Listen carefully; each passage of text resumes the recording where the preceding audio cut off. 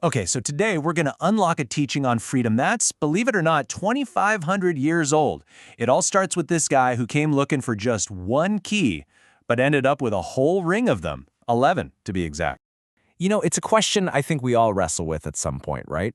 There's so much advice out there, so many paths. Is there really just one right way to find some peace to really free your mind? Well, about 2.5 millennia ago, a man named Dasama was asking that very same thing. And what's cool is, he wasn't some monk living in a cave. Nope, he was a householder, a regular person, just like us. He actually went on a journey to find Ānanda, one of the Buddha's main disciples, because he just wanted one simple, clear path to follow. But here's the twist. He didn't get just one answer. Ānanda told him that the Buddha didn't teach a single path. He taught 11 different ways to what they called the deathless, basically ultimate freedom. Okay, so to really get our heads around these 11 paths, let's start with what you might call the modern map. This is how we usually see these ancient words translated into English today, the standard textbook definitions. So the first 4 of these are called the Jhanas. Now, if you look this up, you'll see it translated as a state of deep meditative absorption. The whole idea is to get your mind super calm, super still, total quiet. All right, another key path is a word called upekkha. The usual English translation is equanimity. That incredible sense of mental balance where you're just unshakable no matter what life throws at you, like a calm sea. But what if that modern map, as neat and tidy as it is missing something? What if it's smoothing over the actual texture of the original terrain? What would happen if we could read the map in the language it was first written in? And this is where things get really, really cool. There's this ancient method of linguistic analysis called niruti. It's all about digging down to the root of a word to find its original, deepest meaning. So instead of the modern dictionary definition, we can get a feel for what these words actually meant to the people who first heard them.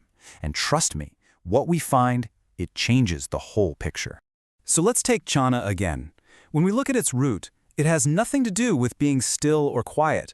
The root verb actually means to burn. Now, we're not talking about a destructive forest fire here. Think more like a focused, intense, purifying flame, the kind that burns away all the junk to leave something pure behind. And what about upekkha, or equanimity? Well, guess what? It's not about passive balance either. The root of the word, upa-ikha, literally translates to look upon or to watch over closely. It's not about being detached, it's about being actively, carefully vigilant. So you see this, right? It might seem like a small shift in words, but it leads to a huge shift in worldview. This isn't just a language lesson, folks. This changes the entire feel of the practice itself. Let's really visualize this. Okay, this image just lays it all out perfectly.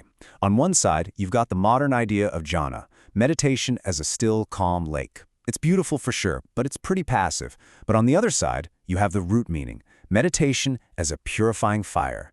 It's something you actively tend, a controlled flame that burns away all the distractions. It's the difference between just being still and being powerfully focused.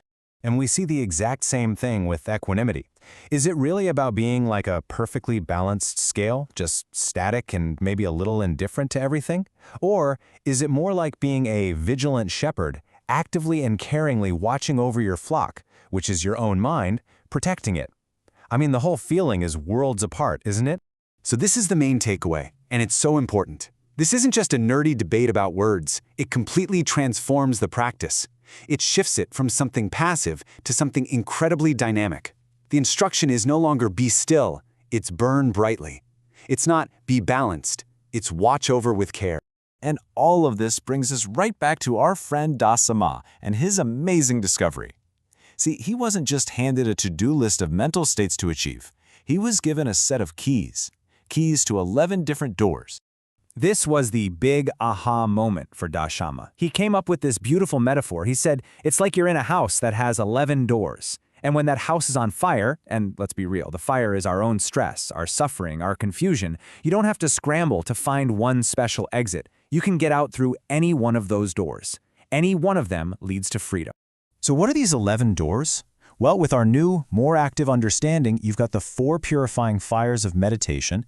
You've also got 4 divine watchtowers. These are practices of active care, like loving kindness and compassion. And then there are 3 more. these boundless, formless states of mind that really stretch consciousness beyond its usual limits. And the point is, every single one is a way out. You can imagine Dasama was just ecstatic. He said it was like he went out looking for one little treasure chest and instead found 11 of them, all full. He showed up asking for one simple path and left with this incredible appreciation for just how many different ways there are to find that freedom. And that really leaves us with something to think about, doesn't it?